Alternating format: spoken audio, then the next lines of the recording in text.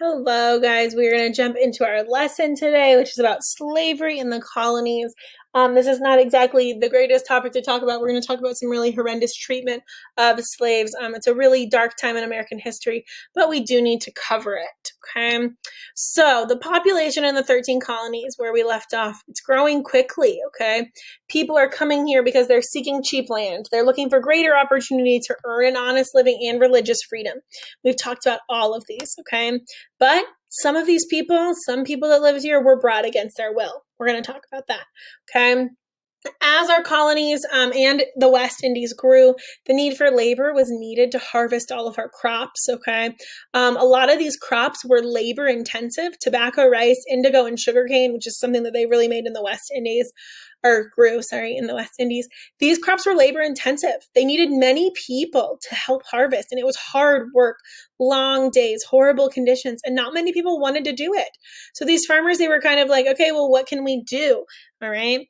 Last week, we talked about indentured servants. Okay. So remember, what is an indentured servant?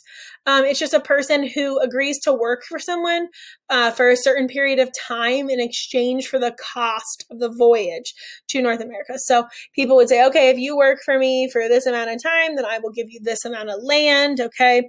They were treated very poorly. A lot of times they died. Okay. During their serving. All right. But labor was needed, and indentured service, it didn't really work anymore. There weren't enough of them, okay? And plus, indentured servants were not willing to work past the terms of their contract that they signed. They would only work so many hours, okay? They would only work so hard because they signed a contract, okay? So what was the solution to this problem? Sadly, it was slavery. Slavery is the condition in which one human is owned by another. And where do we get our slaves? Africa. Okay. The first African slaves arrived in Jamestown, Virginia in the year 1619, very early on. Okay. They were kidnapped during raids on their homes. They were seized and labeled as prisoners of war, or they were tricked into slavery. Okay. They were said they were going to get a better life here. Okay. Which they did not. Once these people were captured, many of them were forced to walk hundreds of miles from the interior of Africa to the coast of Africa. Once they were at those ports, they were examined by people like they were a piece of meat, and they were sold to the highest bidder. Many times families were broken up. They weren't allowed to stay together, okay? Strong young men went for way more, okay? And once these people were bought, they were placed on slave ships bound for the Americas. This was one of the worst possible things if not, I can't think of anything worse, okay? So let's talk about triangular slave trade, okay? So what happened here is that we took these people from Africa and we brought them to the West Indies and North America, all right? Then, okay, from there, people would go and they would take goods to Europe and England, and then they would take other products to Africa and they would pick up more slaves, okay? We can see that it would go constantly. People were transporting these things. It would also go this way, where they would take rum and iron products to Africa. Then the people would go up to Europe, okay? And then from Europe, they would bring tea and spices and furniture to North America. This yellow arrow here coming from Africa to North America was usually the second journey. So people would come down here and then they go back. It was called the Middle Passage because of this. And it was especially horrendous. Okay. So these were horrendous conditions. It was called the Middle Passage. As slaves were transported from the Africa to the America, the trip was referred to as that Middle Passage. The conditions during this for these humans was absolutely disgusting, to put it lightly. These ships were designed to fit the most amount of people that they could. You can see that this is an actual drawing of what they wanted the insides of their ships to look like. The Middle Passage could last up to 6 months. These people would be in cramped, disgusting, horrendous conditions for up to 6 months. Many people died due to thirst or hunger or disease or just cruel treatment and abuse, okay? Sometimes these people did not see the light of day for almost their entire journey. 6 months, okay? The following that I'm going to read you is an excerpt from a book called The Interesting Narrative of the Life of Olaudah Equiano. Okay. He was an enslaved African, and this is his very own eyewitness account of what happened. Okay. So he says, the stench of the hold, which is the area in the ship that they were, while we were on the coast was so intolerably loathsome that it was dangerous to remain there for any length of time. And some of us had been permitted to stay on the deck for fresh air, but now the whole ship's cargo were confined together. It became absolutely penitential.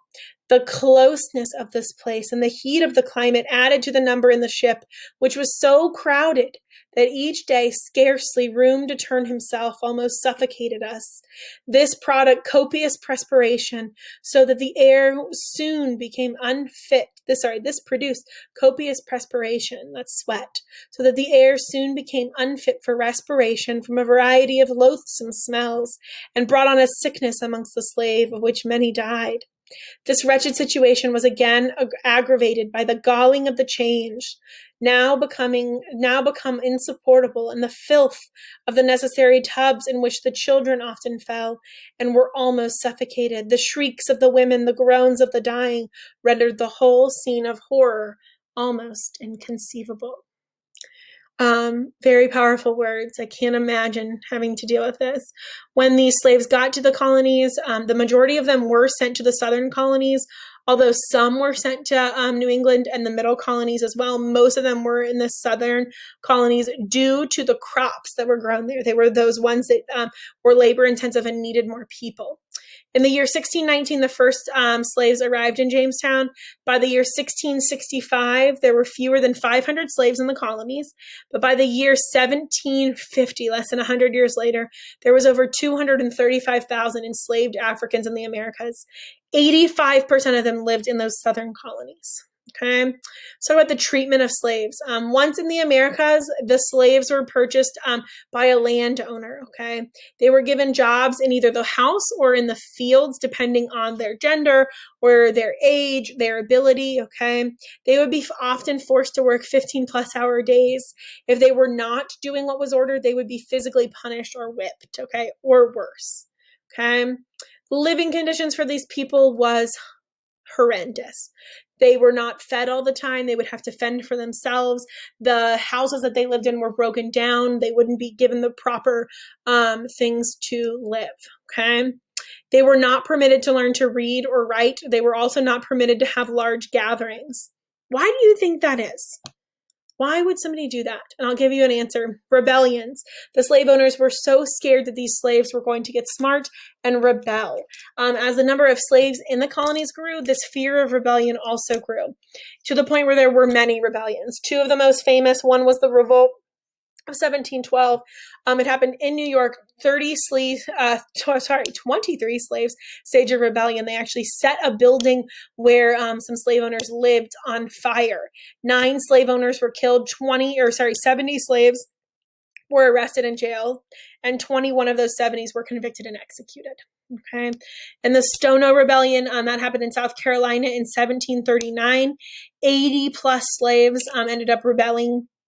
They killed 20 plus white slave owners, and eventually the slaves were then defeated by the militia.